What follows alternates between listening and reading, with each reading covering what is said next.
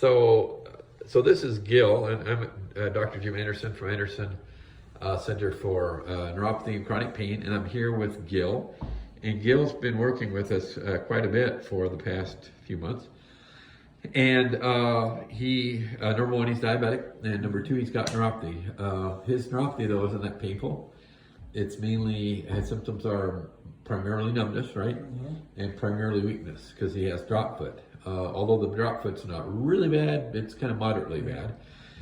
And we did some non-surgical things, primarily E-stim, electrical stimulation, that helped his symptoms. Mm-hmm. And correct? Yeah. But first of all, how much did that help your symptoms? I think in term from where I was, 50% improvement. Okay.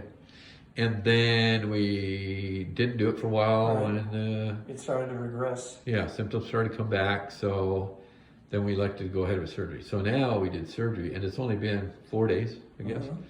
Mm-hmm. I'll just kind of point down here so you can follow along. Up here, there are 3 areas we did surgery. We did the common peroneal nerve, which is here. A lot of the nerve branches that pull his foot up and to the side, which would be a drop foot, are the muscles are supplied by the nerves in this area up there. So that tunnel, the common peroneal nerve, is commonly associated with drop foot. And so how much better would you say drop foot is? I haven't noticed any. I haven't stumbled. He hasn't stumbled. Haven't caught it on the floor or the carpet, so. So he really, and he's moving it up, pretty good. A big toe pull up there. Still a little bit of weakness there, but definitely stronger over here. Yeah.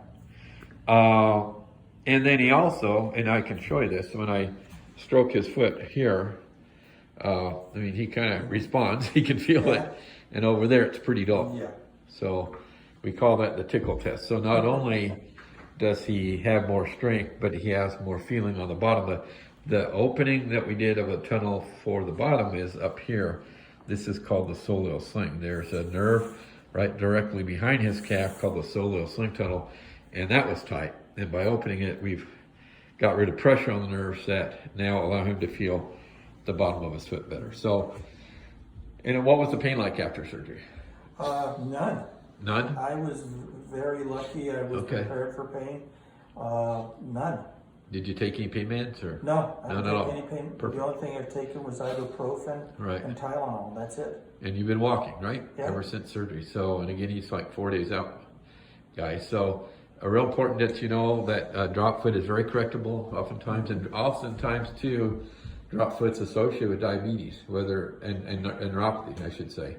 Either diabetic neuropathy and non-diabetic neuropathy. So again, these are the 3 tunnels we opened. This one here helps with the top of the foot, as does this one, superficial peroneal nerve. Helps with feeling on the top of the foot. And then over here, the soleal sling helps with the bottom. So,